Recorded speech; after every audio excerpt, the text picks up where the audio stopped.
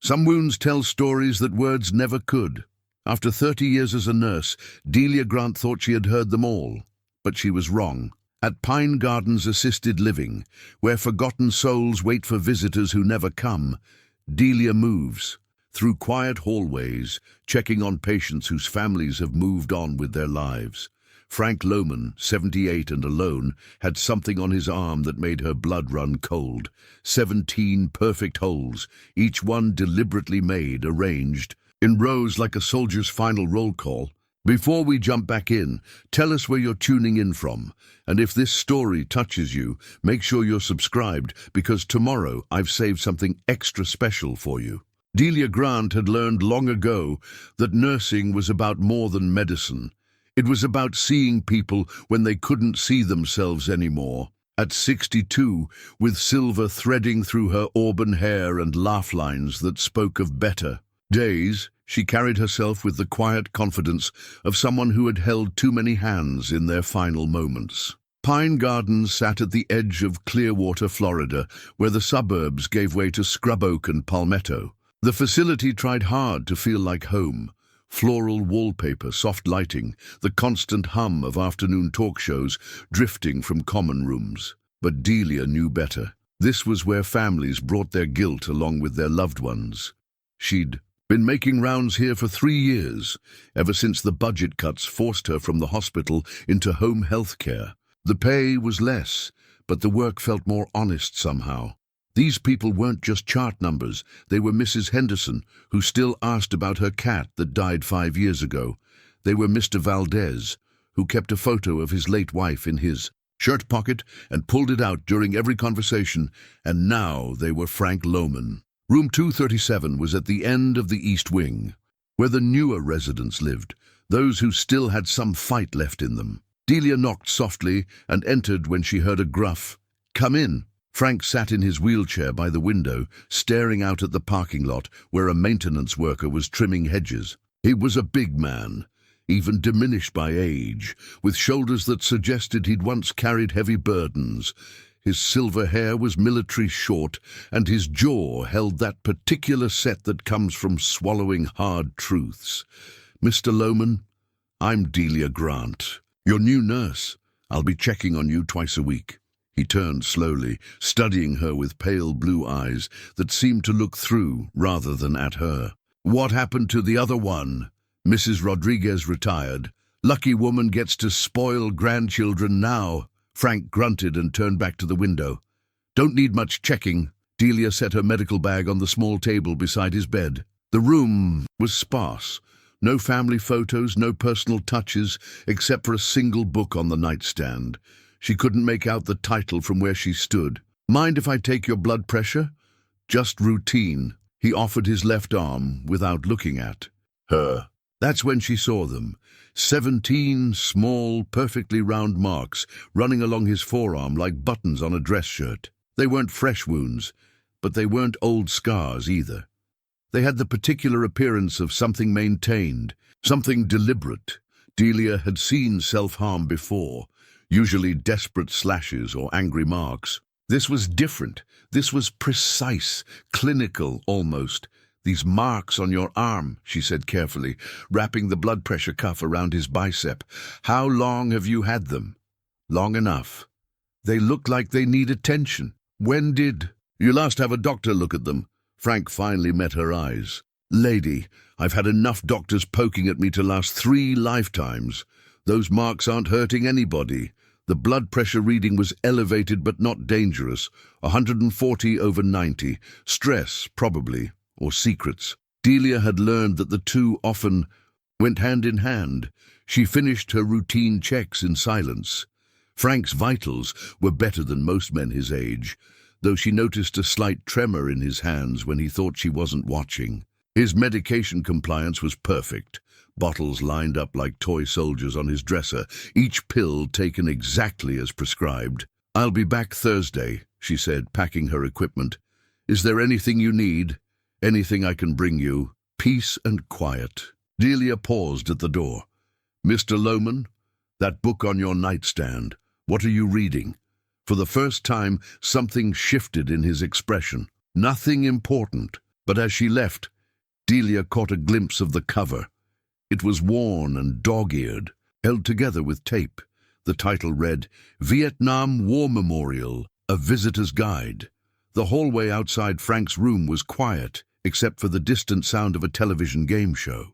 Delia walked slowly toward the nurse's station, her mind circling back to those 17 marks. In 30 years of nursing, she'd developed instincts about people. Frank Loman was carrying something heavy, something that those holes in his arm were connected to. At the nurse's station, a young aide named Jenny was updating charts. How'd it go with the new guy? He's got some interesting scars. Jenny lowered her voice. Mr. Loman? Yeah, he's been here 6 months and barely says a word to anybody. His nephew brought him in after he was found unconscious in his apartment. Dehydration, they said, but I think it was more than that. What do you mean? The nephew seemed relieved to leave him here, if you know what I mean. Said Frank had been getting difficult since his sister died. She was the last family member who still visited him. Delia nodded. She'd seen it before. Families who loved, from a distance, who couldn't handle the weight of watching someone disappear piece by piece. Has he had visitors? None. Mail comes for him sometimes, but he just throws it away. Driving home through Clearwater's late afternoon traffic, Delia couldn't shake the image of Frank's arm. 17 holes. Why 17? And why so precise? So deliberately maintained? Her own apartment was a study in comfortable solitude. After her husband David's death 3 years ago, she downsized to a one-bedroom place near the bay.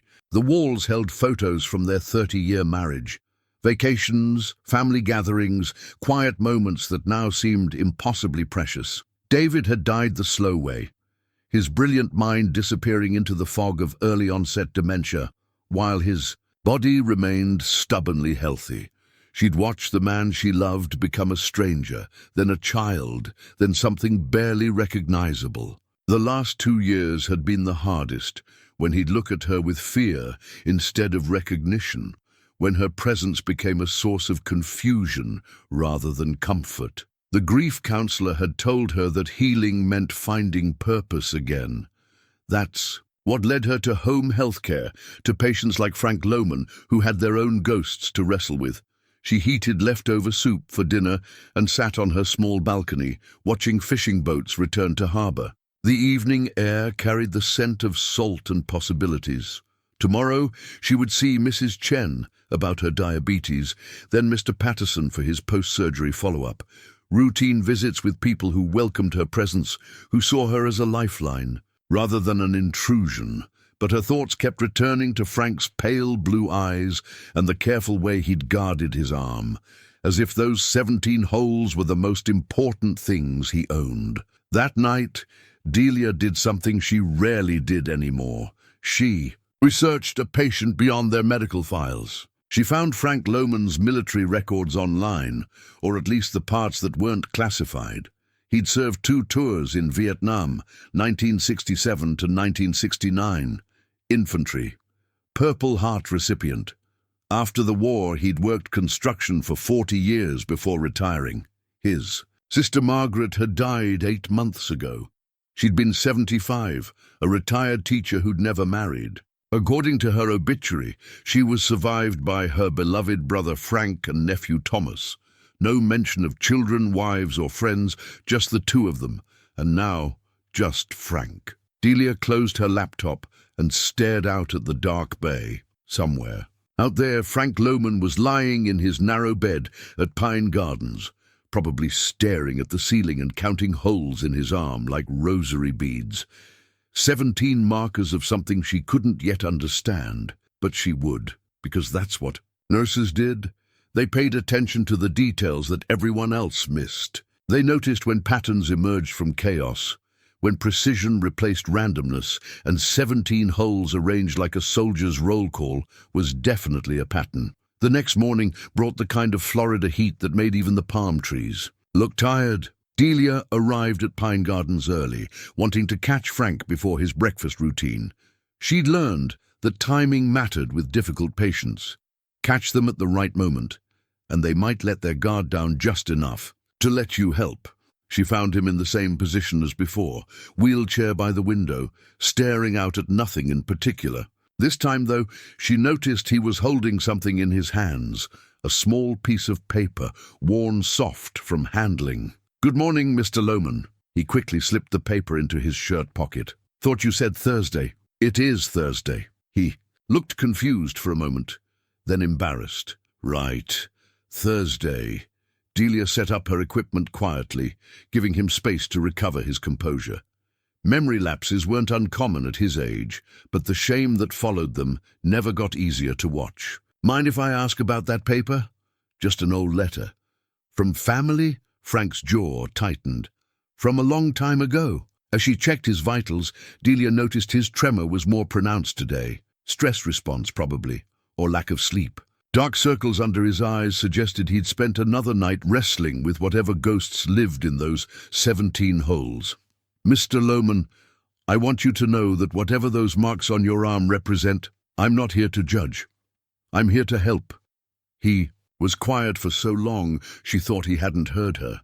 Then, barely above a whisper, he said, "Some things can't be helped, lady. Some things just have to be carried." It was the most honest thing anyone had said to her in weeks.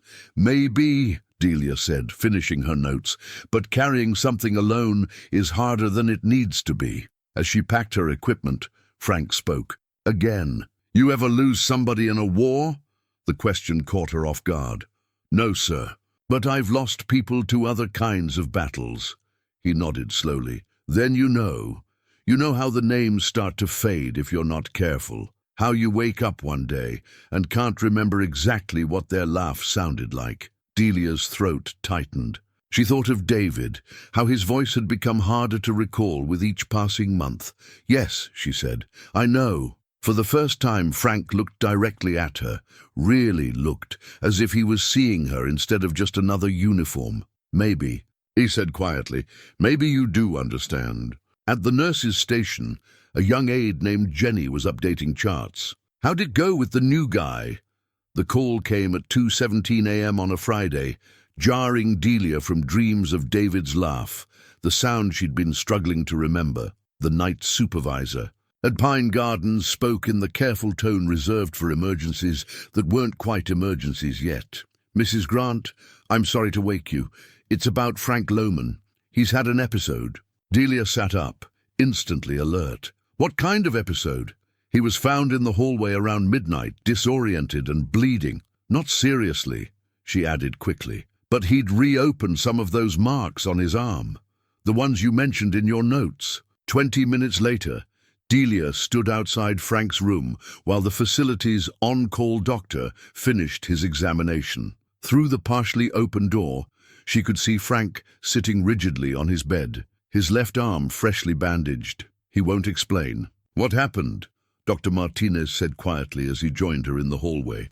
"Claims he was sleepwalking, but his vitals suggest severe anxiety, almost panic-level stress response." "Did he say anything? Anything at all?"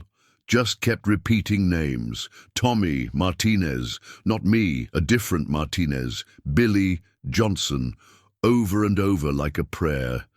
Delia felt something cold settle in her stomach. "How many names?" Dr. Martinez consulted. "His notes, 17. He said 17 different names." When the doctor left, Delia knocked softly and entered Frank's room. He sat exactly as she'd seen him through the door, staring at his bandaged arm as if it contained answers to questions he couldn't voice. "Frank, it's Delia." He looked up, and she saw something she hadn't seen before: fear. Real, bone-deep fear that made him look far older than his 78 years. "They're fading," he whispered. "What's fading?" "The names. I woke up tonight and couldn't remember if Martinez had. Brown eyes or blue. Tommy's face is getting fuzzy around the edges." His voice cracked. "What kind of man forgets his friends' faces?" Delia moved closer, her nursing instincts warring with something deeper, a recognition of grief so profound it had carved itself into flesh. "Tell me about the holes, Frank." For a long moment she thought he wouldn't answer. Then slowly he began unwrapping his bandage. 17 small wounds, some freshly reopened, others showing signs of repeated healing. each one precisely placed, maintained with the care of a sacred ritual. "Started about 2 years after I got back from Nam," he said, not looking at her. "My sister Margaret found me one night in my garage, drunk and bleeding. Said I was trying to remember them right, trying to make their sacrifice mean something. The 17 soldiers," he nodded. "My squad. We were supposed to come home together." His voice grew distant. "Firebase, Charlie, March 15th, 1969. I was on point patrol when the mortars hit. Should have been in that bunker with them. Should have died with them." The room felt heavy with the weight of survivors' guilt, carried for over 50 years. "But you didn't die," Delia said gently. "You came home. That's the problem." Frank touched. "The bandage. I came home and they didn't. And every year that passes, I forget a little more." Tommy's laugh. Martinez's stories about his girlfriend. Billy's terrible jokes. He looked at her with eyes that held decades of pain. "The holes help me remember. When I can't see their faces anymore, I can feel where they should be." Delia understood. Now why the placement was so precise, so deliberate. Each hole was a memorial, a physical marker for memories that time threatened to steal. "How long since you've been to the wall?" Frank's head snapped up. "How did you—" The guidebook on your nightstand. Vietnam Memorial Visitor's Guide. He was quiet for a long time, then reached into his shirt pocket and pulled out the worn piece of paper she'd seen him holding before. It was a printout of the Vietnam Memorial website, showing a search result for 17 names, their locations on the black granite wall. "Margaret and I went every year for her birthday. She said it was important to visit them, to keep their memory alive." His hands shook slightly as he folded the paper. "Haven't been since she died. Can't drive that far anymore, and there's no one to take me." The silence stretched between them, filled with the weight of good intentions, trapped by circumstances. "Frank," Delia said carefully, "what if there was another way to honor them, a way that didn't require you to—" She gestured toward his arm. "Like what?" She didn't have an answer yet, but she could see the desperation in his eyes, the fear that forgetting would somehow diminish their sacrifice. This wasn't just about grief, it was about purpose, about finding meaning in survival when so many others hadn't been given that chance. "I don't know yet, but I'd like to help you figure it out." Frank studied her face, searching for something. "Why would you want to do that?" "Because I understand what it's like to watch someone disappear. My husband had dementia. I spent 3 years watching his memories slip away one by one. I know how it feels to fight for someone's right to be remembered." Something shifted in Frank's expression. Not trust, exactly, but the possibility of it. "Their names," he said slowly. "I need to remember their names. Then we'll find a way to make sure you never forget them." Over the next hour, Frank told her about each of the 17. Tommy Rodriguez from San Antonio, who carried pictures of his 3 sisters. Billy Chen from Sacramento, barely 19, who wanted to be a teacher. Jose Martinez, from Phoenix, who played guitar and sang Mexican folk songs around the campfire. Each name came with a story, a fragment of personality that Frank had been carrying for 54 years. As he talked, his hands moved to his arm, fingers tracing the pattern of holes as if reading Braille. "The worst part," he said finally, "is knowing that when I die, they die too. Really die. No one else remembers them the way I do." "That's not true," Delia said. "Their names are on the memorial. Their families remember them. But do they remember Tommy's laugh? Do they know that Martinez could fix anything with duct tape and prayer? That Billy was scared of spiders but could face enemy fire without flinching?" Frank's voice grew urgent. "Those are the important parts, the parts that made them human." Delia felt her heart break a little. This wasn't just survivors' guilt. It was the crushing weight of being the sole keeper of precious memories, the fear that death would take not just Frank, but the last living testament to 17 young men who never got the chance to create their own legacies. "What if," she said slowly, "what if we could preserve those memories, write them down, record them somehow?" Frank shook his head. I tried that.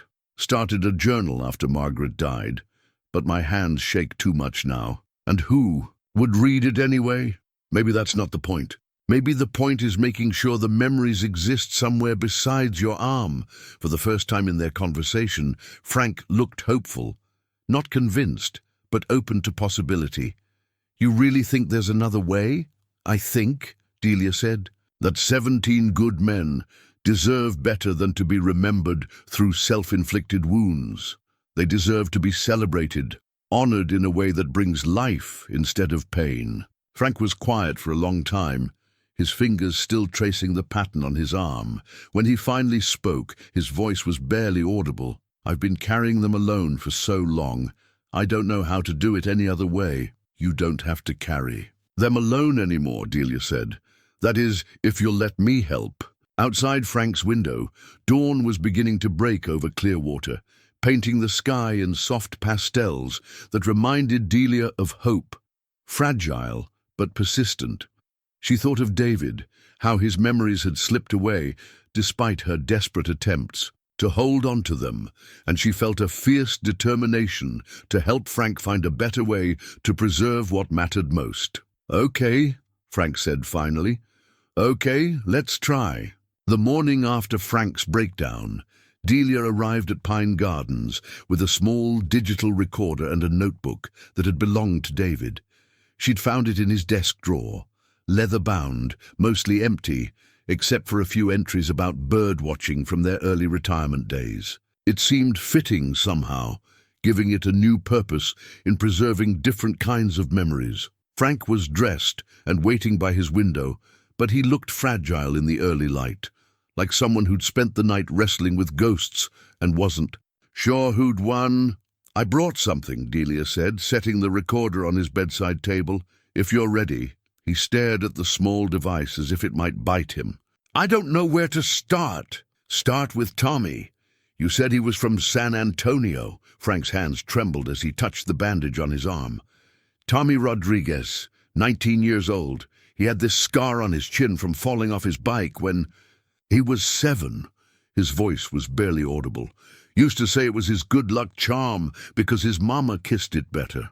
Delia pressed record, and Frank's eyes widened at the soft beep. It's okay, she said gently. Just talk to me like you did last night. Tell me about Tommy. For the next hour, Frank painted a picture of a young man who carried 3 photos of his sisters in his helmet and wrote them letters every day, even when there was no mail going out. Tommy, who could make anyone laugh, even during the worst moments.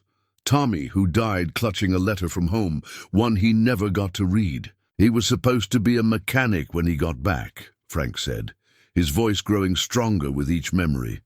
Had it all planned out. Going to open a shop with his brother-in-law, maybe get married to this girl he'd been sweet on since high school. When they finished Tommy's story, Frank slumped back in his wheelchair, exhausted. The recorder sat silently between them, holding words that had been trapped inside him for over 50 years. That felt strange, he admitted. Good strange or bad strange, different strange. Frank looked at his arm. Usually, when I think about Tommy, I have to... He gestured toward his wounds. But talking about him like that, it felt more like visiting than remembering. Delia understood. Memory could be a prison or a sanctuary, depending on how you approached it. Would you like to do another one? Frank considered this. Maybe Martinez, Jose Martinez. But first, I need to ask you something. Anything. Why are you doing this? Really doing this, I mean.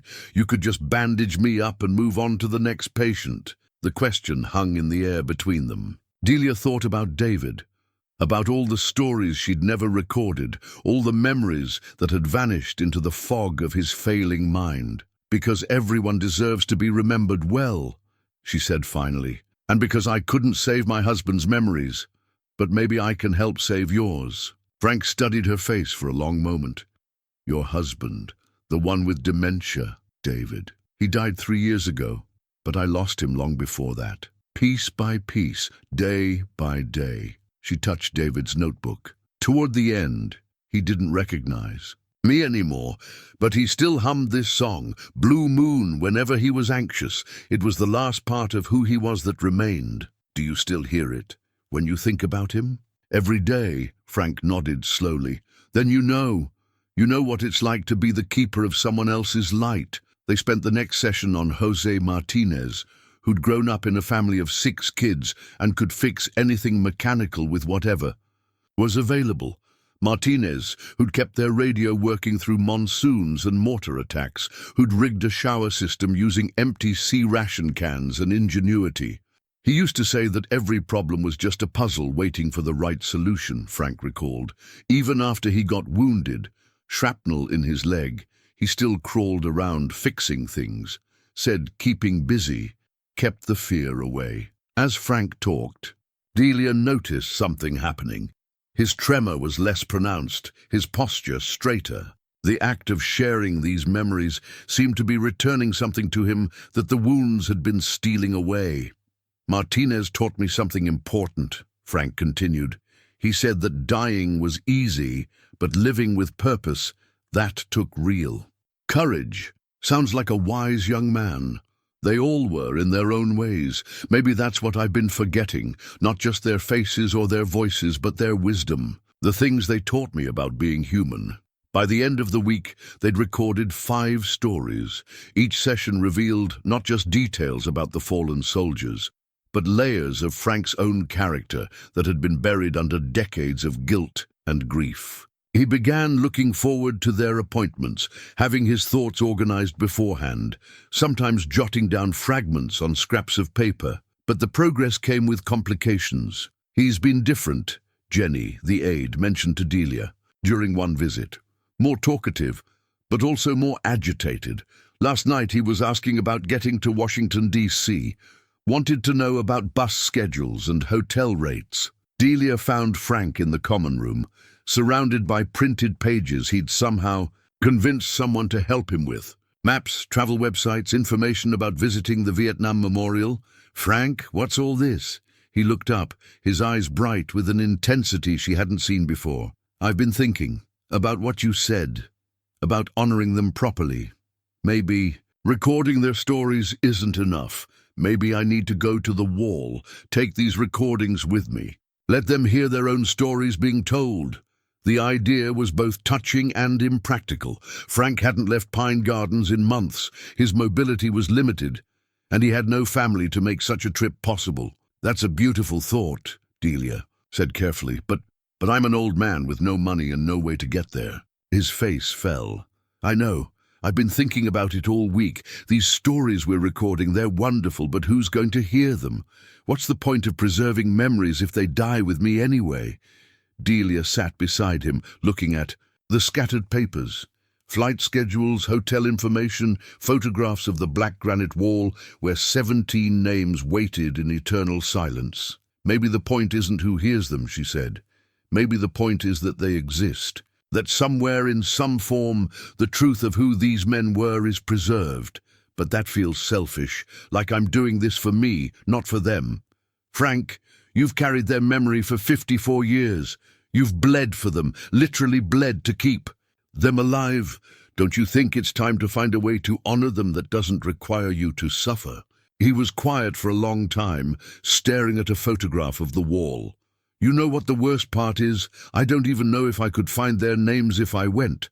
My eyesight's not what it was, and there are so many names. Panel 26 West, lines 85 through 101, Delia said softly.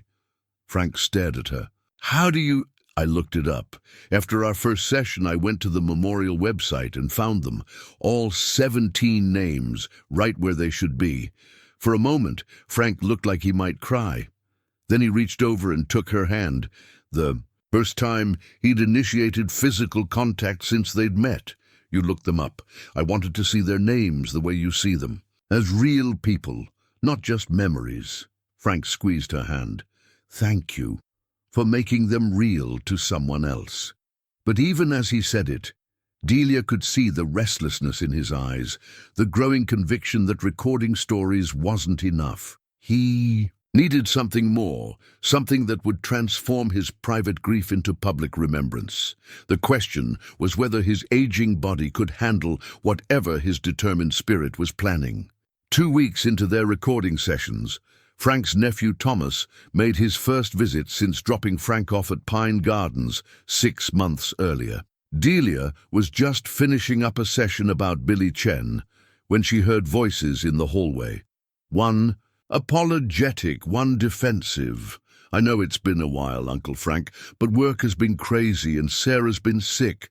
Thomas Loman was a thin man in his early 40s, wearing an expensive suit that couldn't hide his discomfort with being there. He stopped short when he saw Delia, then noticed the recording equipment on Frank's bedside table. "What's all this?" Frank's posture had changed the moment Thomas walked in. The relaxed openness he'd developed during their sessions vanished, replaced by the guarded distance she'd first encountered. "This is my nurse, Delia. We've been working on a project." Thomas looked skeptical. "What kind of project?" Before Frank could answer, Delia spoke up. "Your uncle has been sharing stories about his military service. It's part of his therapy." It wasn't entirely true, but it wasn't entirely false either. She could see Frank relax slightly at her diplomatic explanation. "Therapy?" Thomas nodded as if this made sense. Good. The staff mentioned he'd been more talkative lately. He turned to Frank. "How are you feeling? Any problems with the medication? The food?" The conversation continued in that awkward rhythm of obligatory concern.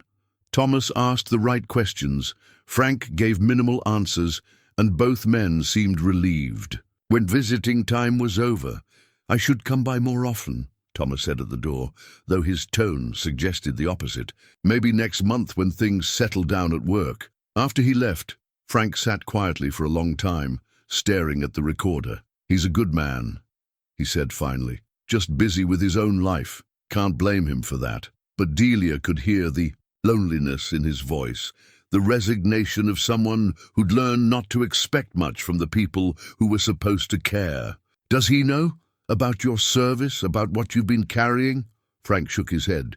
"Thomas was born long after I got back. His mother, my sister Margaret, she knew some of it, but not all of it. Nobody knows all of it except me. And now me? Yeah," he said, a small smile touching his lips. "And now you." Their next session was about David Kim, the squad's medic, who'd wanted to be a doctor. Frank's voice grew tender as he described the young man who'd risked his life repeatedly to save others, who'd died trying to reach a wounded soldier in an open field. "David saved my life twice," Frank said into the recorder. "First time with a tourniquet when I took shrapnel in my leg. Second time was 3 days before he died. Talked me out of volunteering for a patrol that never came back. He sounds like he would have made a wonderful doctor. He already was one, in all the ways that mattered. Had hands that could steady. In the worst situations, a voice that could calm anyone down. Even had a sense of humor about the worst parts of war." Frank paused. "He used to say that fear was just your body's way of keeping you alert, that the trick was not to let it make your decisions for you." As Frank talked about David Kim, Delia noticed him touching his arm less frequently. The recorded stories seemed to be providing an alternative to the physical markers he'd relied on for so long. But that evening, Delia received another call from Pine Gardens. This time, it wasn't about Frank having an episode. It was about him trying to leave. Security found him in the lobby around 7:30, the night supervisor explained. He'd somehow gotten dressed and made it to the front desk with a suitcase, said he was going to catch a bus to Washington. Delia arrived to find Frank back in his room, sitting on his bed, still wearing his best clothes, a navy blue suit that hung loose on his diminished frame. The suitcase sat open on his dresser, revealing a handful of carefully folded shirts, the recorder, and a manila folder thick with printed pages. "Frank, what were you doing?" He looked embarrassed but defiant. "I was trying to do the right thing." "The right thing?" "These stories we've been recording, they don't belong locked up in this room. They belong at the wall, where people can hear them, where other families might learn something about their own lost boys." Delia sat beside him on the bed. "I understand. The impulse, but you can't just walk to Washington. It's over 800 miles away. I know that. I'm old, not stupid. Frank's jaw set in that familiar, stubborn line. I had it all planned out. Bus to Jacksonville, train to D.C., taxi to the memorial. I've got enough money saved up from my Social Security. And then what? Where would you stay? How would you get around once you're there? Frank's confidence wavered. I figured I'd work that out when I got there. The vulnerability in his admission broke Delia's heart. This proud, independent man had been reduced to hoping strangers would help him fulfill what might be his final mission. Frank, I admire what you're trying to do, but attempting to travel alone at your age with your health conditions, so I should just give up? Let them fade away while I sit here playing bingo and watching game shows? No, Delia said firmly, but there has to be a better way. That night, Delia couldn't sleep. She kept thinking about Frank's face when security had brought him back to his room, the mixture of determination and desperation that reminded her of David in his final stages of dementia, still fighting for dignity, even as his capabilities slipped away. She found herself at her computer, researching travel options for elderly passengers with mobility issues. Medical transport services, senior travel groups, disability-friendly tour companies. Most were expensive, all required advanced planning, and none seemed designed for someone like Frank, who wanted to make a pilgrimage rather than take a vacation. Then, she found something interesting, a non-profit organization called Honor Flights that took veterans to visit war memorials in Washington. But when she read the fine print, her heart sank. The program focused on World War II and Korean War veterans, with occasional flights for Vietnam veterans. The waiting list was long, the requirements strict, and most flights were already booked months in advance. Still, it was something, a possibility, however remote. The next morning, she arrived at Pine Gardens with printouts and phone numbers. Frank was back in his wheelchair by the window, but he looked different. Smaller somehow, as if his failed escape attempt had deflated something essential inside him. I did some research, Delia said, sitting across from him. There are organizations that help veterans visit memorials. Frank barely glanced at the papers. Probably cost more than I have. Some are free. This one, she showed him the Honor Flight brochure. They specifically help veterans make pilgrimages to Washington. For the first time since she'd arrived, Frank looked interested. He took the brochure, studying it carefully. Says here they focus on World War II veterans, but they do take Vietnam vets sometimes. It's worth applying. Frank was quiet for a long time, reading through the information. Then he looked up at her with something that might have been hope. You think they'd want to hear about my boys? I think, Delia said carefully, that your boys deserve to have their stories heard by anyone willing to listen. The question is whether we can find a way to make that happen. Frank folded the brochure and slipped it into his shirt pocket. Next, to the worn paper with the memorial website printout. Even if this doesn't work out, even if I never make it to D.C., at least their stories exist now. That's something, right? That's everything, Frank. That's absolutely everything. But even as she said it, Delia could see the restless energy building in his eyes again. Recording the stories had awakened something in him, a sense of purpose. That couldn't be satisfied with half measures. He needed more than just preservation. He needed pilgrimage, honor, a proper goodbye to the friends he'd been carrying for 54 years. The question was whether his aging body could survive what his determined spirit demanded. The Honor Flight application sat on Frank's dresser for a week before he finally asked Delia to help him fill it out. His handwriting had deteriorated over the years, and the forms required details he'd spent decades trying to forget. Dates, locations, unit numbers, the clinical language of military service that reduced human tragedy to bureaucratic checkboxes. Service dates, Delia read aloud. January 1967 to December 1969. 2 tours, Frank said quietly. Extended my service because I couldn't figure out how to come home. Seemed easier to stay where the dying made sense. Unit designation: 1st Infantry Division, 2nd Battalion, 16th Infantry Regiment.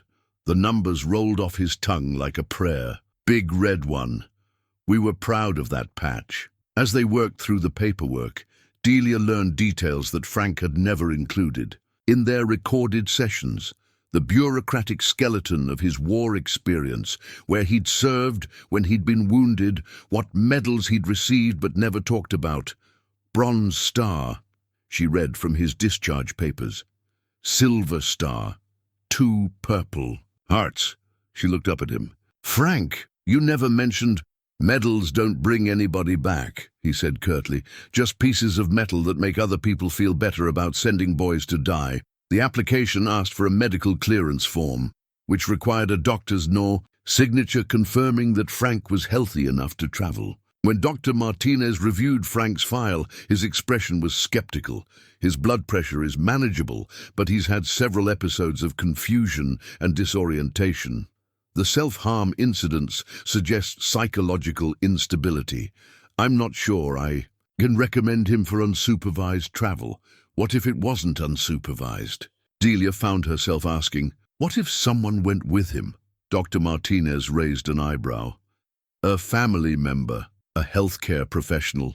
The words hung in the air between them. Delia hadn't consciously planned to volunteer, but the moment she said it, she knew it was what she'd been thinking about since Frank's failed escape attempt. Mrs. Grant, that's very generous, but honor flights have medical staff. They don't typically allow private nurses to accompany patients. Then maybe honor flight isn't the right option. That evening, Delia did something she hadn't done since David's death. She called in a favor. Her brother-in-law Mark worked for a regional airline and had connections throughout the travel industry. Over dinner at his house in Tampa, she explained Frank's situation. So let me get this straight, Mark said, refilling her wineglass. You want to take a Vietnam veteran with PTSD and mobility issues on a cross-country trip to visit a war memorial. When you put it that way, it sounds crazy. It doesn't sound crazy. It sounds expensive and complicated. Mark's wife, Susan, a retired social worker, leaned forward. But it also sounds necessary. I've seen what happens when trauma goes unresolved for decades. It doesn't just disappear, it metastasizes. Mark pulled out his phone. Let me make some calls. There are medical, transport services, veteran assistance programs. If this man needs to make this trip, we'll find a way to make it happen. Over the next few days, a plan began to take shape. Medical transport to Washington would cost nearly $3,000, far beyond Frank's means. Commercial flights were cheaper, but required navigating airports, security lines, and baggage claims that would be challenging for someone with Frank's mobility limitations. Then, Susan remembered something from her social work days. There's a program called Veterans Journey Home, she told Delia over the phone. They organize private trips for veterans who need closure, not as structured as Honor Flight, but more flexible about individual needs. Delia researched the organization that night. Founded by a group of military families, Veterans Journey Home specialized in helping veterans complete what they called healing missions, trips to significant locations that were part of their recovery process. The program was smaller than Honor Flight, less bureaucratic, and explicitly designed to accommodate veterans with complex needs. The next morning, she called their main office and spoke with a coordinator named Patricia Chen. Tell me about your veteran, Patricia said. Delia found herself describing not just Frank's military service, but his decades of carrying survivor's guilt, his ritual self-harm, and his desperate need to honor his fallen squadmates at the memorial. Wall. He sounds like exactly the kind of person our program was designed to help, Patricia said. We have a trip planned for next month. Small group, lots of individual attention. The only issue is cost. Our fees are based on ability to pay, but we're not a charity. How much? For a veteran with limited income? Probably around $1,500. That includes transportation, lodging, meals, and a dedicated escort. $1,500. More than Frank's monthly Social Security check, probably more than he had in savings, but not impossible. "Let me talk to him," Delia said. "See if this is something he'd want to do." She found Frank in the Pine Gardens garden, a small courtyard, where residents could sit among hibiscus and palm trees. He was holding the manila folder that contained their recorded sessions, along with photos he'd somehow acquired of each of his fallen squad mates. "Where did you get these?" Delia asked, looking at 17 young faces frozen in black and white. "Called in some favors of my own," Frank said. "Turns out the VA has better records than I thought. Took some convincing, but they finally sent me service photos of my boys." The images were heartbreaking in their innocence. Teenagers and young men in uniform, most smiling, all unaware of what awaited them in the jungles of Vietnam. "I've been thinking," Frank continued, "about what you said, about finding a better way to honor them. Maybe the trip to DC isn't the most important part. Maybe it's making sure their stories survive me." "What do you mean?" Frank opened the folder and showed her typewritten pages, their recorded sessions, painstakingly transcribed by hand in his shaky handwriting. "I've been writing down everything we recorded, every story, every detail I can remember. Figure if I can't make it to the wall, at least their families might want to know who their boys really were." Delia felt tears prick her eyes. "Frank, this is incredible. But how did you—" "Jenny's been helping me. That young aide who works evenings. Turns out she's studying journalism, knows how to turn rambling old man stories into something that makes sense on paper." He pulled out a business card, worn and obviously handled many times. "Also been in touch with this group, Vietnam Veterans Memorial Fund. They collect stories from families, from surviving squad members. Said they'd be interested in what I have to share." Delia looked at the card, then at Frank's determined face. He'd been working on his own solution while she'd been trying to solve his problems for him. "You've been busy. Figured I better get moving before my brain decides to quit on me, like the rest of my body." Frank tucked the photos back into the folder. "But I still want to make that trip, if there's any way to make it happen. Want to read their names out loud at the wall, let them know they haven't been forgotten." "Actually," Delia said, "I might have found a way to do that." She told him about Veterans' Journey Home, about the possibility of a trip designed specifically for his needs. Frank listened carefully, asking practical questions about logistics, costs, and timing. $1,500, he said when she finished. "That's more than I have. Maybe there are other options. Fundraising, veteran assistance programs." "No," Frank's voice was firm. "I won't take charity for something this personal. If I'm going to honor my boys, I need to do it with my own resources." They sat in comfortable silence, watching a maintenance worker tend to the garden. The afternoon light was soft and golden, the kind that made everything look possible, even when it wasn't. "There might be another way," Frank said eventually. "Something I haven't told you about." He reached into his shirt pocket and pulled out a small key, tarnished with age. "Safety deposit box at the bank downtown. Been paying on it for 40 years, never touched what's inside. Maybe it's time." Getting Frank to the bank required more coordination than Delia had anticipated. Pine Gardens had strict policies about residents leaving the facility, especially those with recent episodes of confusion or attempted elopement. She had to provide medical justification, emergency contact information, and a detailed itinerary for what the administration classified as a therapeutic outing. "You sure about this?" Frank asked as Delia helped him into her car. It was the first time he'd been outside Pine Gardens since his nephew had dropped him off 6 months earlier, and the bright Florida sunshine seemed to overwhelm him. "Having second thoughts, just wondering what I'm going to find in that box. Been so long since I put anything in there, I'm not even sure I remember what's inside." The drive to downtown Clearwater took 20 minutes through neighborhoods that Frank observed with the intensity of someone seeing the world through new eyes. He pointed out changes, businesses that had closed, buildings that were different, streets that had been widened or rerouted. Used to work construction on that shopping center, he said, as they passed a strip mall. 1987, maybe 88. Hottest summer on record that year. First National Bank was an older building with marble floors and the kind of solid institutional dignity that inspired confidence. The safety deposit box clerk, a middle-aged woman named Mrs. Rodriguez, remembered Frank despite the years. "Mr. Loman, I was wondering when you might come back. Box 247, right? You've been paid up through next year." Frank's hands shook as he signed the access form, and Delia could see sweat beading on his forehead despite the air conditioning.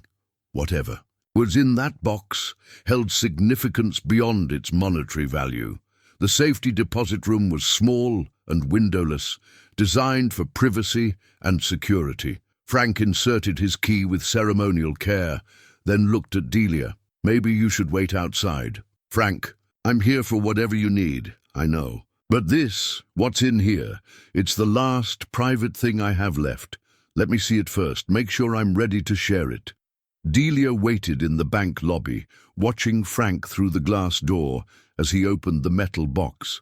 His posture changed immediately, shoulders straightening, head lifting, as if whatever he'd found had returned something essential to him. When he emerged 15 minutes later, he carried a manila envelope thick with contents. "Coffee?" he asked. "There's a place across the street that used to make decent pie, if it's still there." Murphy's Diner had survived the decades, though the booths were cracked vinyl now, and the pie case held fewer options than Frank remembered. They found a corner table where Frank carefully opened the envelope. Inside were photographs, not the military service photos he'd shown her earlier, but personal snapshots taken during quieter moments. Frank's squad during stand-down periods, laughing around her eye, makeshift table, playing cards, writing letters home. There were also documents, military commendations, letters from families of fallen soldiers, and newspaper clippings from his hometown paper announcing his safe return. But the most significant items were at the bottom of the envelope. 17 letters, each addressed to a different family, each dated December 1969. The envelopes were unsealed, the paper yellowed with age, but the contents were perfectly preserved. "I wrote to every family when I got back," Frank said quietly. "Wanted to tell them about their boys, about who they really were beyond the official casualty notifications. But I never sent them." Delia picked up one letter addressed to Mr. and Mrs. Rodriguez, San Antonio, Texas, Tommy's parents. "May I?" Frank nodded. The letter was handwritten in Frank's younger, steadier script. "Dear Mr. and Mrs. Rodriguez, you don't know me, but I served with your son Tommy in Vietnam. I was his squad leader, and I wanted you to know that Tommy talked about you every day. He carried pictures of his 3 sisters and worried about whether he was making you proud. I need you to know that he was the finest soldier I ever served with, and more than that, he was the kind of man who made everyone around him better. On the day Tommy died, he was trying to help a wounded friend. That was who your son was, always putting others first, always thinking about home and family." The letter went on for 2 pages, detailing specific memories and conversations, painting a picture of Tommy Rodriguez that no official casualty notification could convey. "Frank, these are beautiful. Why didn't you send them?" "Because I was afraid," he said simply. "Afraid that hearing from me would make their grief worse. Afraid they'd blame me for coming home when their boys didn't. Afraid I'd say the wrong thing and dishonor their memory." Delia looked at the 17 letters, each one a testament to Frank's careful attention to the humanity of his fallen friends. "Do you still have their addresses? Current addresses?" "No, but I've been doing some research." Frank pulled out a notebook filled with updated contact information. "Amazing what you can find online these days. Most of the families are still around, though some of the parents have passed. You've been planning to send these?" "Been thinking about it. Part of why I wanted to go to the wall. Figured I could leave copies there, maybe find a way to get them to the families." Frank gathered the letters carefully. "But now I'm thinking maybe that's backwards. Maybe I should send the letters first, then make the trip if I can.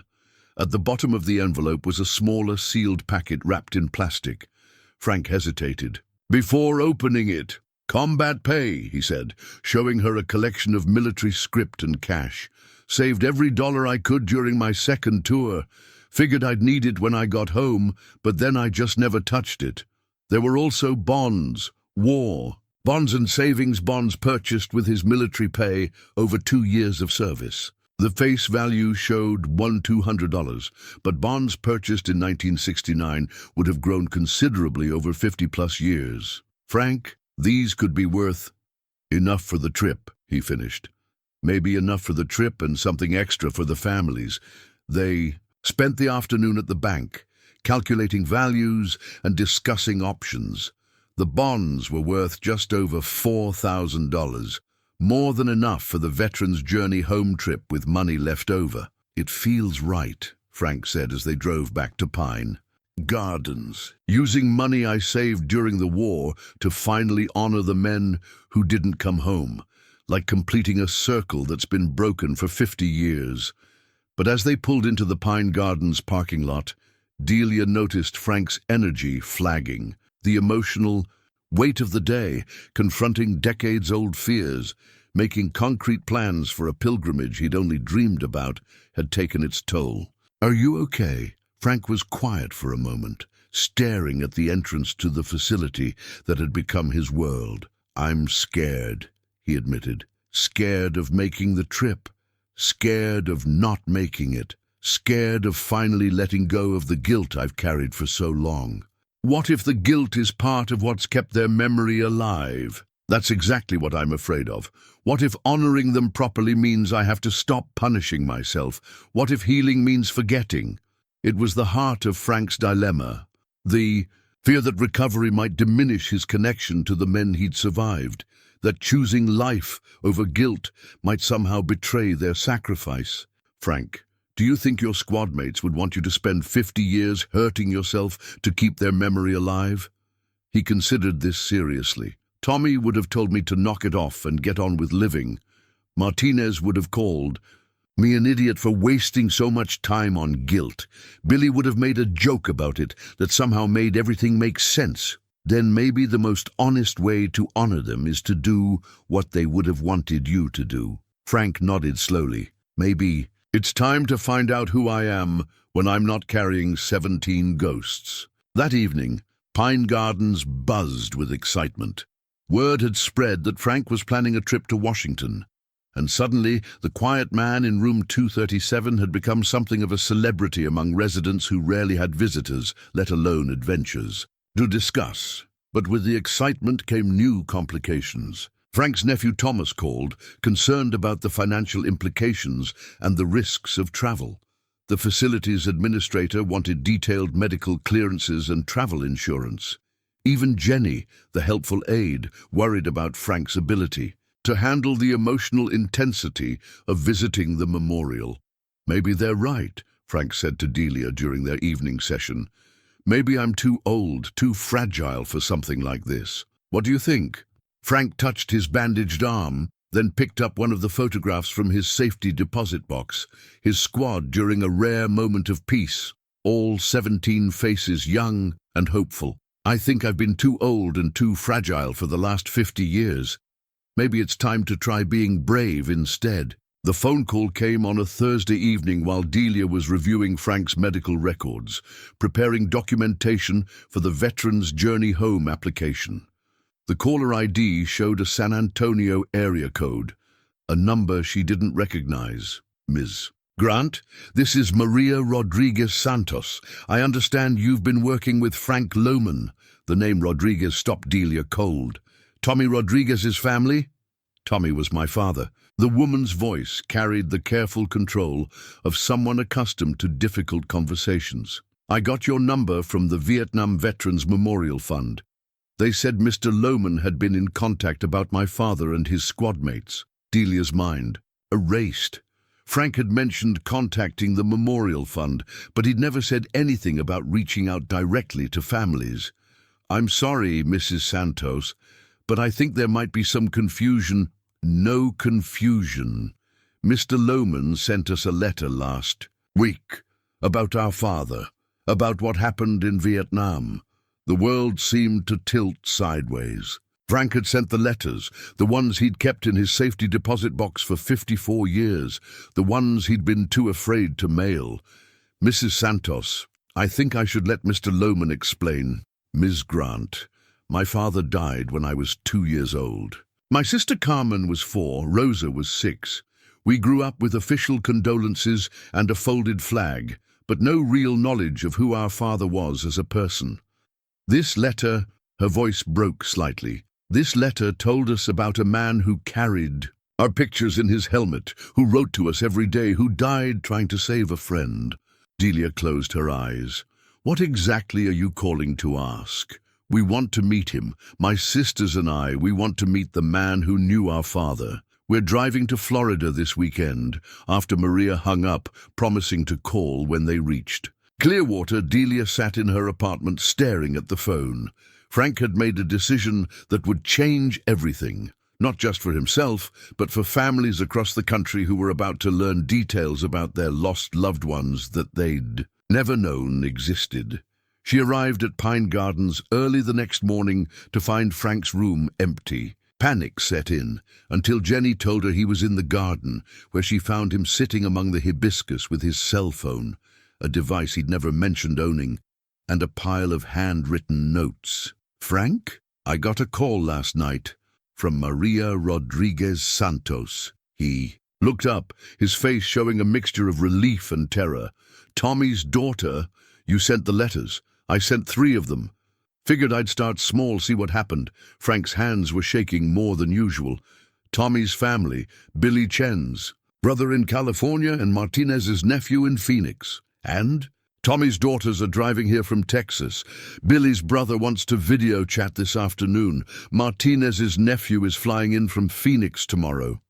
Frank looked overwhelmed. I thought maybe 1 or 2 families might write back. I didn't expect this. Over the next hour, Frank explained what had happened. After their trip to the bank, he'd spent several nights working up the courage to mail just 1 letter. But once he'd sent the first one to Tommy's family, something had broken loose inside him. 54 years of carrying these stories alone. And suddenly, I had people who wanted to hear them, people who needed to hear them. The families hadn't just responded, they'd reached out to each other, creating a network of connections that spanned the country. Tommy's daughters had contacted Billy's brother, who'd found Martinez's nephew, who'd connected with others. Frank's careful documentation of his squad mates had become the catalyst for something much larger than he'd anticipated. There's something else, Frank said quietly. Billy's brother, his name is Michael. He told me something I didn't know. Billy had a son, born 6 months after Billy died. The family never told him much about his father because it was too painful. Where is he now? Lives in Seattle, works as a paramedic. Michael gave him my number, and he called last night.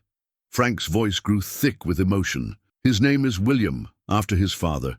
He's 43 years old, and until yesterday, he didn't know that his dad wanted to be a teacher, or that he was afraid of spiders, or that he used to write poetry in his spare time. The implications hit Delia like a physical blow. Frank's simple decision to finally send those letters had unleashed decades of suppressed grief and curiosity from families who'd been living with official versions of their loved ones' deaths. How many families know you're here? Frank consulted. His notes. So far, 12. They're all talking to each other, sharing information. Some are making plans to come to Florida. Others want to meet in Washington if I make the trip to the memorial. Frank, this is bigger than I planned.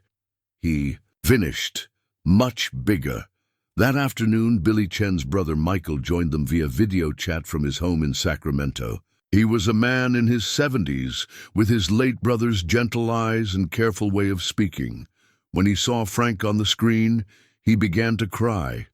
"You're real," Michael said. "For 54 years, Billy was just my kid brother who went to war and never came back. But you knew him as a man, as a soldier, as a friend." For the next hour, Frank shared stories about Billy that weren't in his letter. How Billy had taught the squad basic Mandarin phrases, how he'd rigged a makeshift classroom in their bunker and taught anyone who was interested to read better, how he died shielding wounded soldiers with his own body. He would have been such a good teacher, Michael said when Frank finished. Our parents never got over losing him, but they also never talked about who he was. They just preserved his room like a shrine to their grief.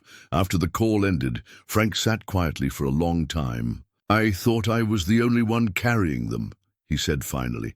Turns out their families have been carrying them too, just in different ways. The next day brought Tommy's daughters, Maria, Carmen, and Rosa Rodriguez Santos. 3 women in their 50s and 60s, each bearing some resemblance to the young soldier in Frank's photographs. They arrived at Pine Gardens with their own albums, their own questions, their own decades of wondering about the father they'd never really known. Frank met them in the facility's private family room, where Delia watched him transform from a frail, elderly man into something approaching the squad leader he'd once been. He spoke with authority about their father, painting a picture of Tommy Rodriguez that was both heroic and deeply human. Your father talked about each of you every day, Frank told them, showing them the photograph where Tommy had written their names on the back. Maria, he said you had your mother's eyes but his stubborn streak. Carmen, he worried you were too trusting, too sweet for the world. Rosa, he said you were going to be the smart one, the one who'd go to college and make the family proud. Rosa, the youngest, pulled out a college diploma. I became a teacher, just like he wanted. I never knew he'd said that.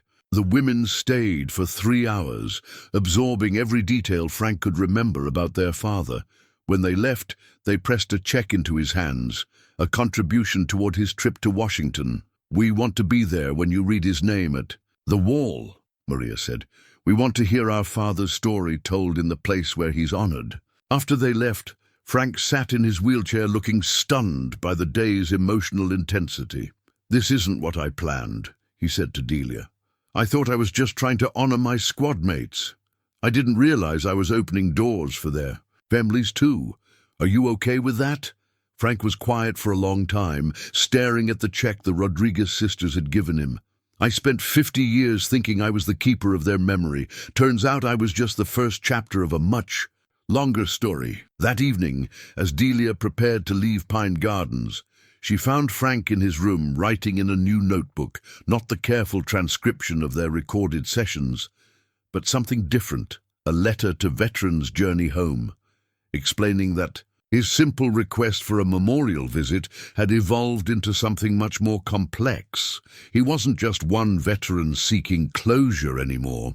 He was the center of a growing network of families who wanted to honor their lost loved ones at the Vietnam Memorial Wall. The small private pilgrimage he'd envisioned had become something public, significant, and utterly transformative for everyone involved. What are you going to tell them? Delia asked. Frank looked up from his writing.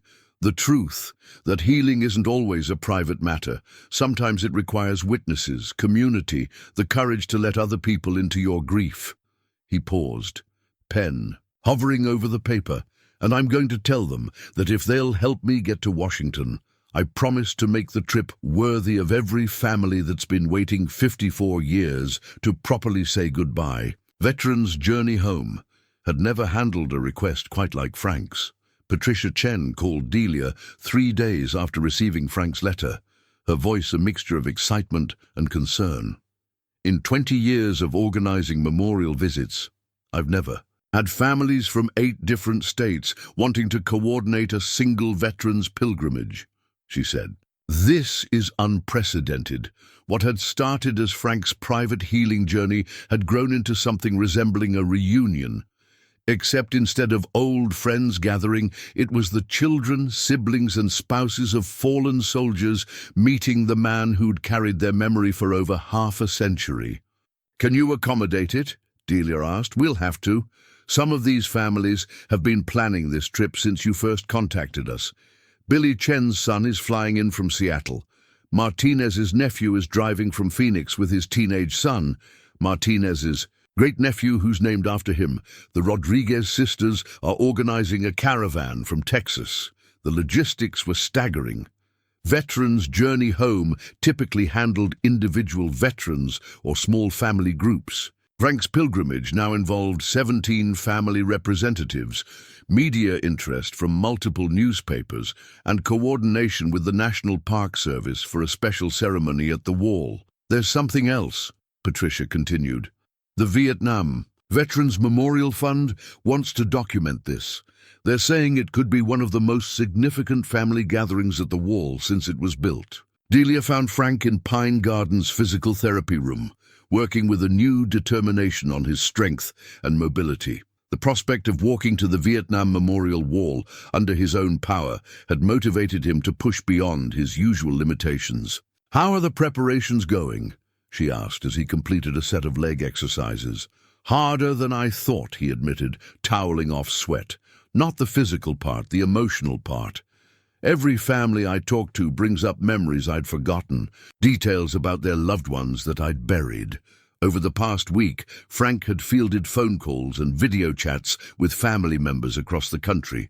Each conversation had reopened different aspects of his war experience, forcing him to relive moments he'd spent decades trying to suppress. "Last night I talked to Danny Morrison's widow. She remarried years ago, but she still wanted to know about her first husband. She asked me if Danny was scared before he died."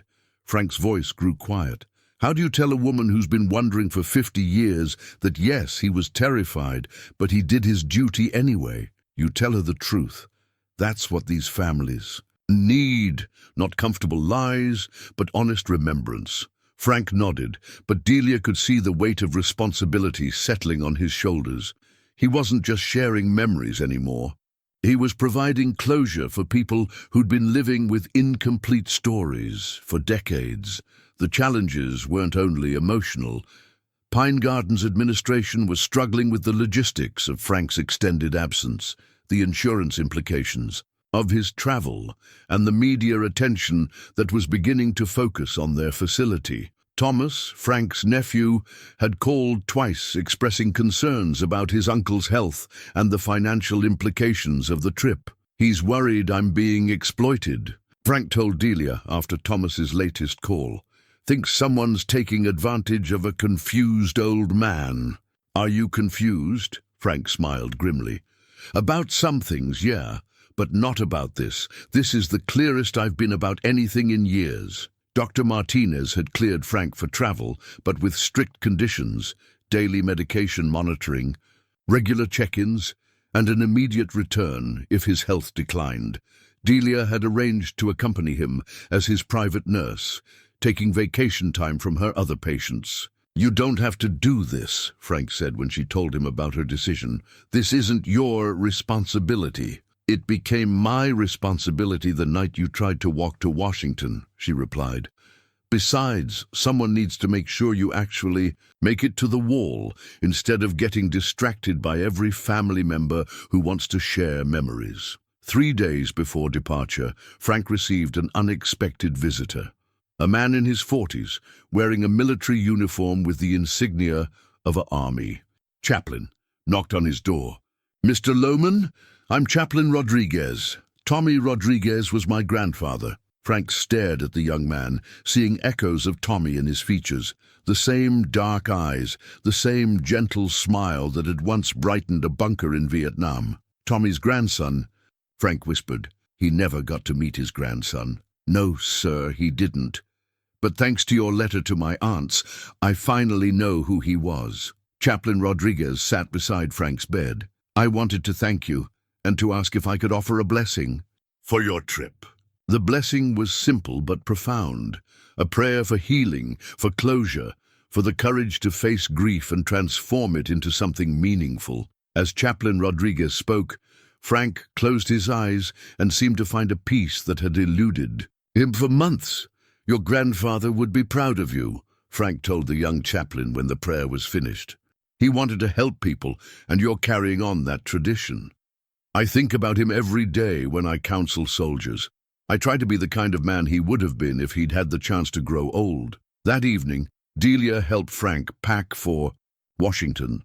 His suitcase was spare, A few changes of clothes, his medications, and the manila folder containing photographs and letters, but he also packed the small digital recorder they'd used for their sessions and a new notebook for recording any memories that might surface during the trip. "I keep thinking I should be more nervous," Frank said as he folded his best shirt. "This is the biggest thing I've done since the war, and I feel calm about it. Maybe that's because you're finally doing what you should have done 50 years ago. Maybe." Frank paused in his packing. "Delia, what if I disappoint them? What if my memories aren't enough, or I get confused and say the wrong things?" "Frank, you've carried these 17 men in your heart for over 5 decades. You've bled for them, literally bled to keep their memory alive. Whatever you say at the wall will be exactly what needs to be said." The night before departure, Pine Gardens held an informal send-off gathering in the common room. Residents who rarely spoke to Frank gathered to wish him well, and several family members who couldn't make the Washington trip called to offer their support. Jenny, the aide who'd helped transcribe their recorded sessions, presented Frank with a bound copy of all the stories they'd preserved. "In case you want to read from these at the memorial," she said, "your boys' stories told in your words." Frank held the book like it was made of precious metal. "Thank you for everything, for helping an old man find his voice again." As the evening wound down, Frank asked Delia to walk with him in the garden one final time before the trip. The Florida night was warm and humid, filled with the sound of palm fronds rustling in the breeze. "I've been thinking about something," he said, as they sat on a bench among the hibiscus. "What happens after Washington? After I've finally done what I should have done decades ago?" "What do you mean?" "I mean I've built my whole identity around carrying this guilt, this responsibility for 17 men who died in my place. If I let that go, if I actually find peace, who am I then?" It was the question Delia had been expecting, the one that lay beneath all of Frank's fears about the trip. "Maybe," she said carefully, "you're Frank Loman, not the sole keeper of 17 memories, not the man who survived when others didn't, just Frank Loman who served his country, loved his sister, and spent his final years making sure good men weren't forgotten." Frank was quiet for a long time, staring up at the stars barely visible through the Florida light pollution. "You know what scares me most about tomorrow?" "What?" "That it might actually work. That I might actually find peace. And then what do I do with the rest of my life?" "Live it," Delia said simply. "Live it for yourself and for them. Live it because that's what they would have wanted you to do 54 years ago." The next morning dawned clear and humid, perfect. Traveling weather. Frank was dressed and ready an hour early, sitting by his window with his suitcase at his feet and his memorial folder in his lap. "Ready?" Delia asked as their taxi pulled up outside. Frank looked around his small room one final time, at the bed where he'd wrestled with nightmares for months, at the window where he'd stared out at the world while avoiding it, at the dresser where he'd kept his secrets locked away. "I'm ready," he said. And for the first time since she'd known him, he sounded like he truly meant it. As they left Pine Gardens, Delia noticed Frank wasn't looking back at the facility. Instead, he was looking forward, through the windshield, toward the airport and beyond, toward Washington, toward the wall, toward a reckoning that was 54 years overdue. "Thank you," he said quietly, as Clearwater disappeared behind them. "For what?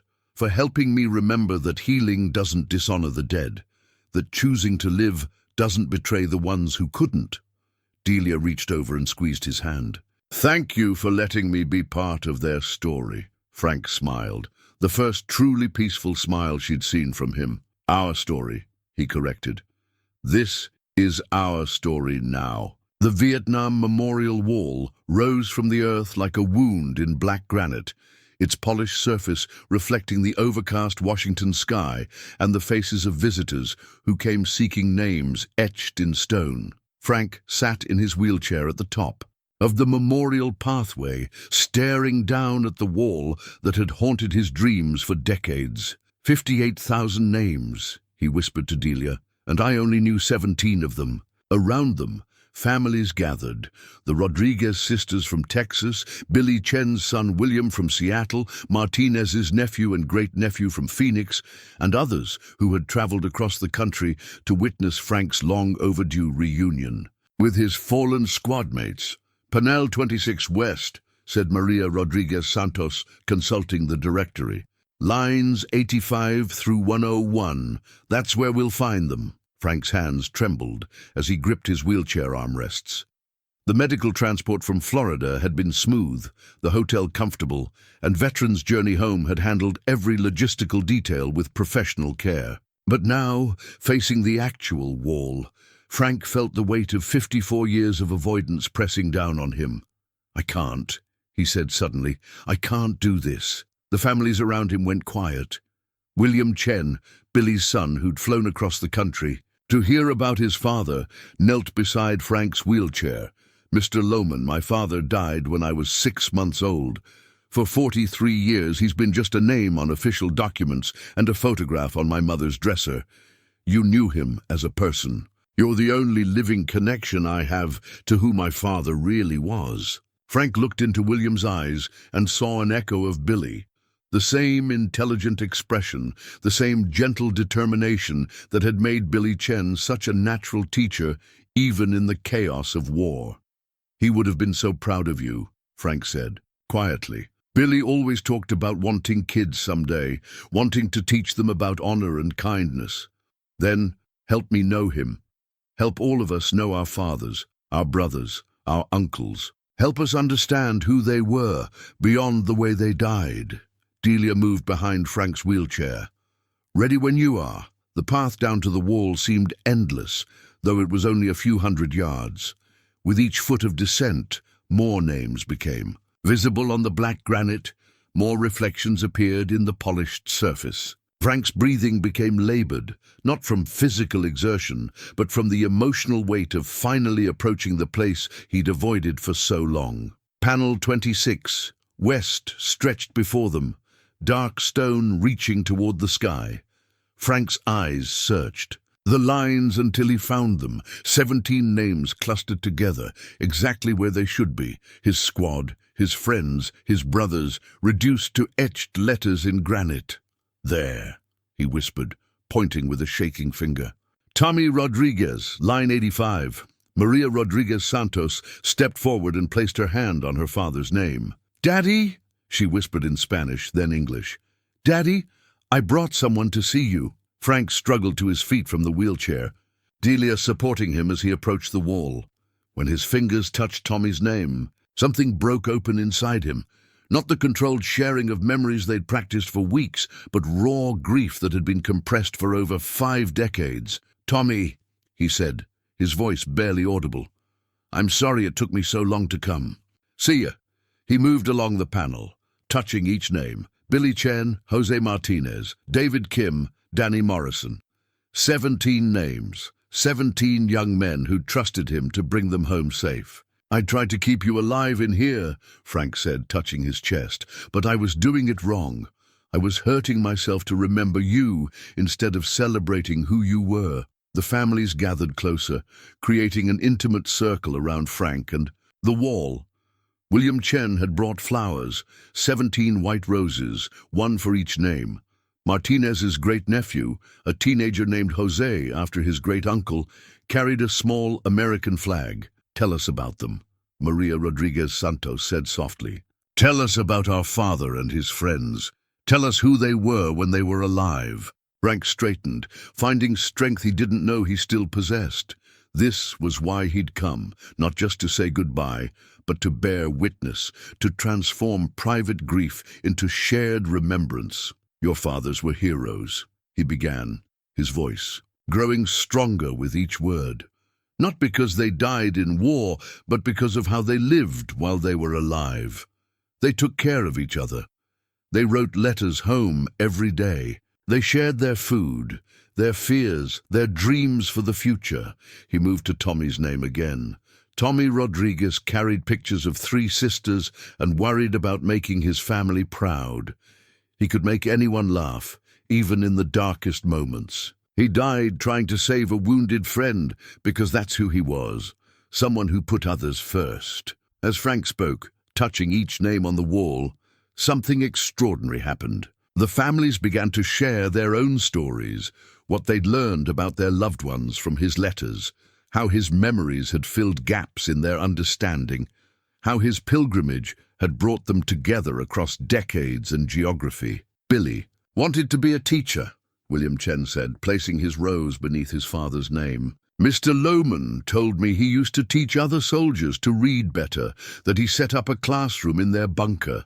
Martinez could fix anything, said young Jose Martinez, the great-nephew.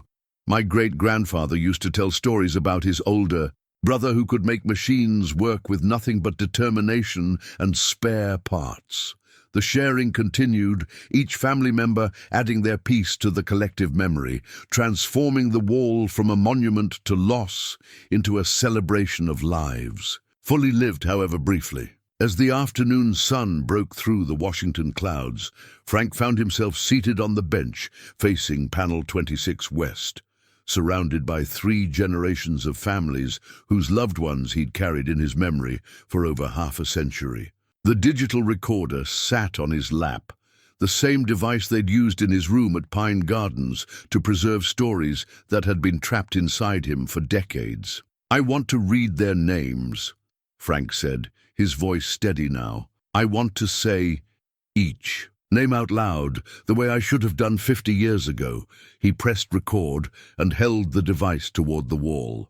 This is Frank Loman, former Staff Sergeant, 1st Infantry Division.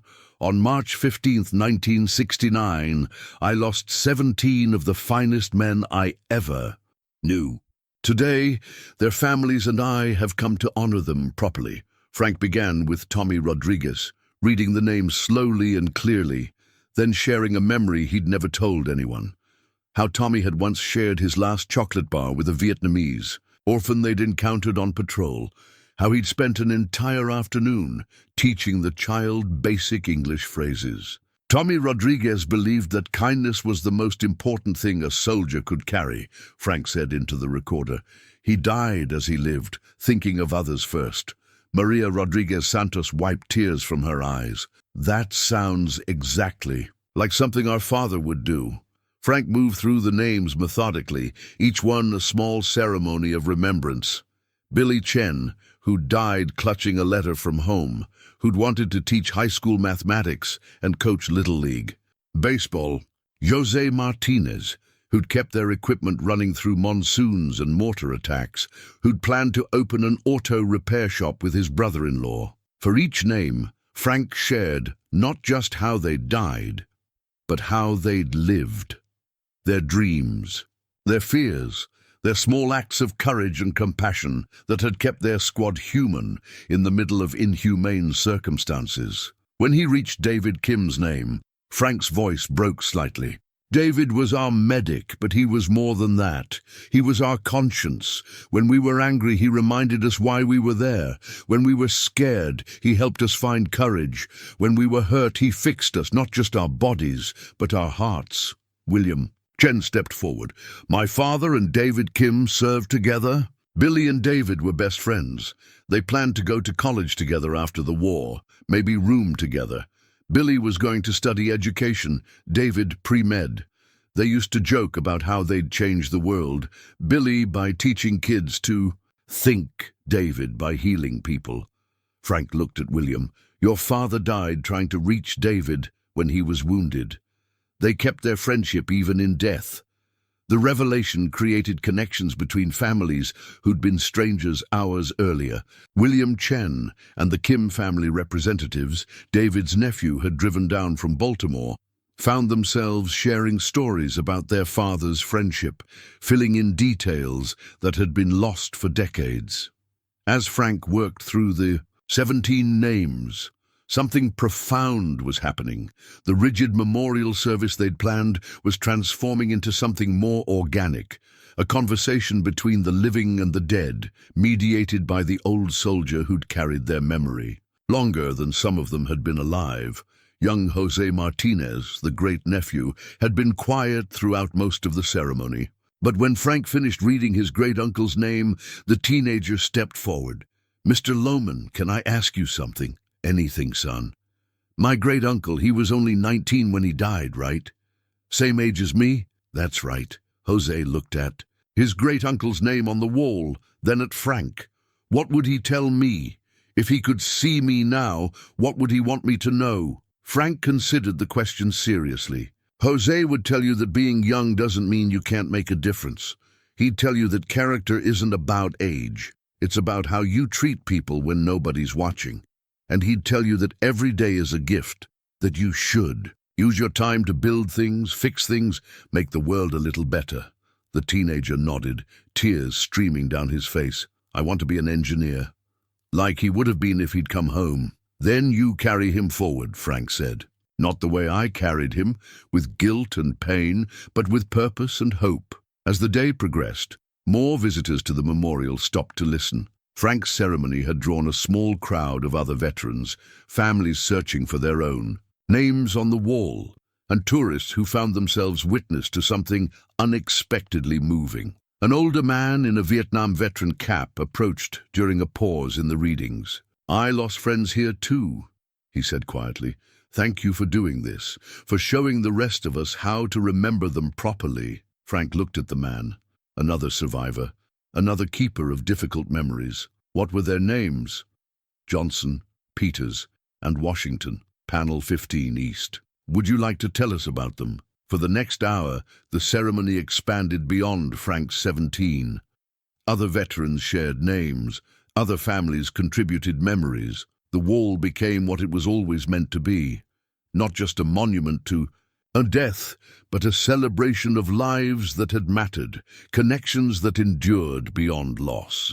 As evening approached and the families began to gather their flowers and flags, Frank made one final recording. He looked at each name on panel 26 West, then spoke directly to them. "Tommy, Billy, Jose, David, all of you, I'm not saying goodbye. I'm saying thank you. Thank you for showing me what courage looks like. Thank you for teaching me that love is stronger than guilt. Thank you for waiting 54 years for me to figure out how to honor you properly." He clicked off the recorder and looked at Delia, who'd been quietly documenting everything with her own camera. "It's finished," he said simply. "How do you feel?" Frank looked at his arm. Still bandaged, but for the first time in years, the wounds beneath weren't throbbing with phantom pain. "Free," he said. "For the first time in 54 years, I feel free." 6 months after Washington, Delia found Frank in Pine Gardens' common room, but he wasn't alone. William Chen sat beside him, laptop open, working on what had become known among the residents as the project. On the screen was a website, a digital memorial that preserved not just the names of Frank's 17 squadmates, but their stories, their photographs, and audio recordings of Frank sharing his memories. "We're up to 47 families now," William said, showing Delia the visitor counter. "Families of other soldiers who served with these men. Families who found us through the Vietnam Veterans Memorial Fund. Even some from other wars who want to create similar tributes." Frank looked healthier than Delia had seen him in months. His posture was straighter, his tremor less pronounced, and most remarkably, his forearm showed no fresh marks. The 17 holes were healing, slowly, but healing? "How are you feeling about all this?" Delia asked, pulling up a chair. "Overwhelmed sometimes," Frank admitted. "Never thought sharing 17 stories would turn into something this big. But good overwhelmed, if that makes sense." The website had become more than just a memorial. It was a resource for families seeking information about loved ones lost in Vietnam, an educational tool for students studying the human cost of war, and a model for other veterans struggling with survivors' guilt. The Vietnam Veterans Memorial Fund had featured it in their newsletter, calling it an exemplary demonstration of how personal healing can become community service. "There's something else," William said, clicking to a new page on the site. "We've been contacted by a documentary filmmaker. She wants to tell the story of how the website started, how one veteran's healing journey connected dozens of families across the country." Frank looked uncertain. "I don't know about being on camera talking to reporters." "You don't have to decide." "Now," Delia said, "but think about it. Your story could help other veterans who are carrying similar burdens. That afternoon, Delia walked with Frank through Pine Gardens garden, their old ritual, but with a different energy now. Instead of the heavy silence of earlier months, their conversations were lighter, more forward-looking. "I got a letter from Tommy's grandson yesterday," Frank said, pulling out an envelope. "The chaplain, he's being deployed to Afghanistan, wants to carry some kind of token to honor his grandfather's memory." "What did you tell him?" "Sent him one of the photographs from my safety deposit box, the one where Tommy's writing a letter home. Figure it'll remind him that staying connected to family is what keeps you human in war."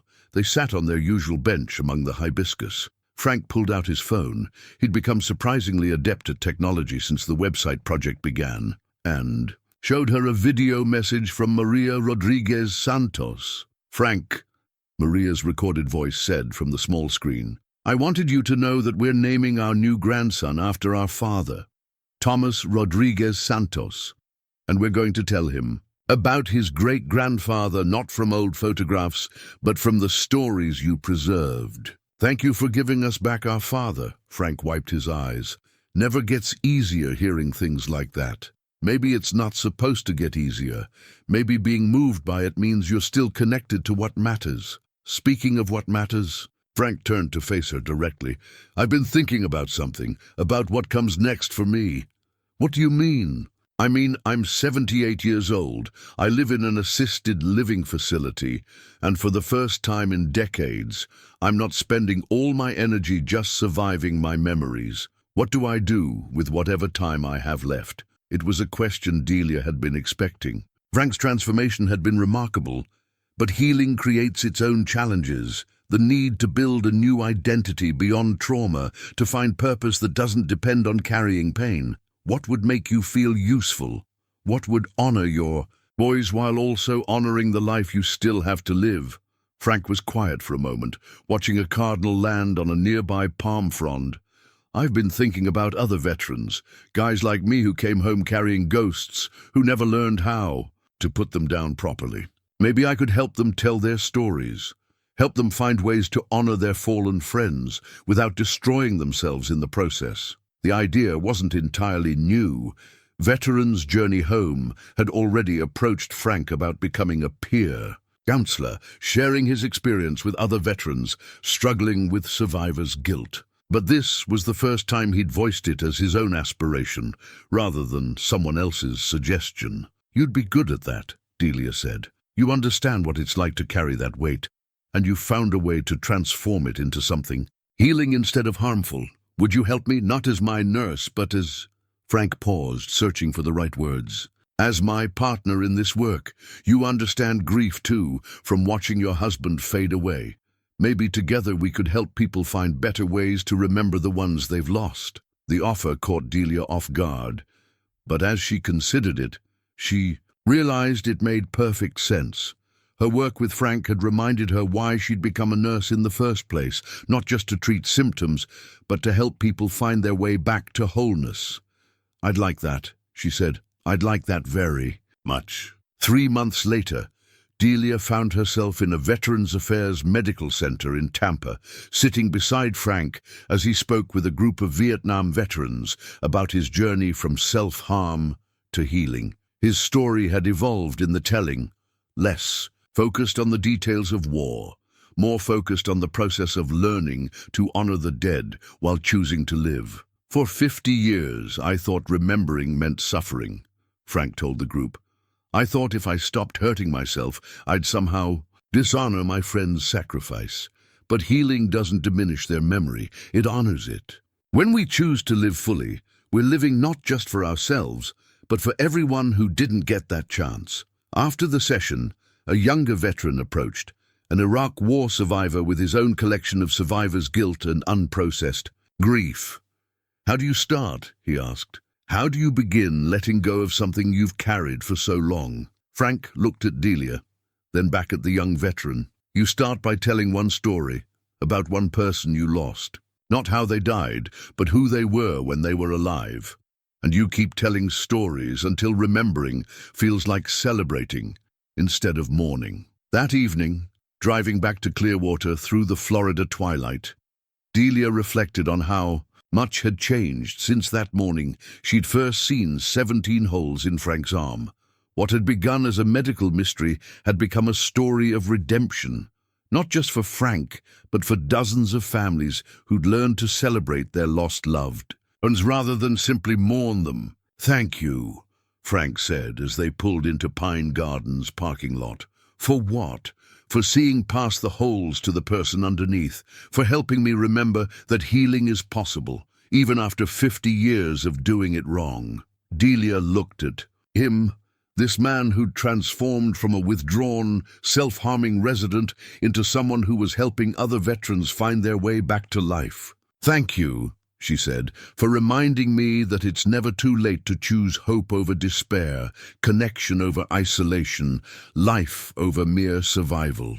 As they walked into Pine Gardens together, Delia noticed that Frank no longer avoided looking at other residents, no longer kept his head down in the hallways. He'd found his purpose again, not as the keeper of 17 ghosts, but as a guide for others struggling to find their way home from war. Some wounds do tell stories that words never could, but sometimes, with patience and courage, and the right person to listen, those stories can become testimonies to the power of human resilience, the strength of community, and the possibility of healing even the deepest scars.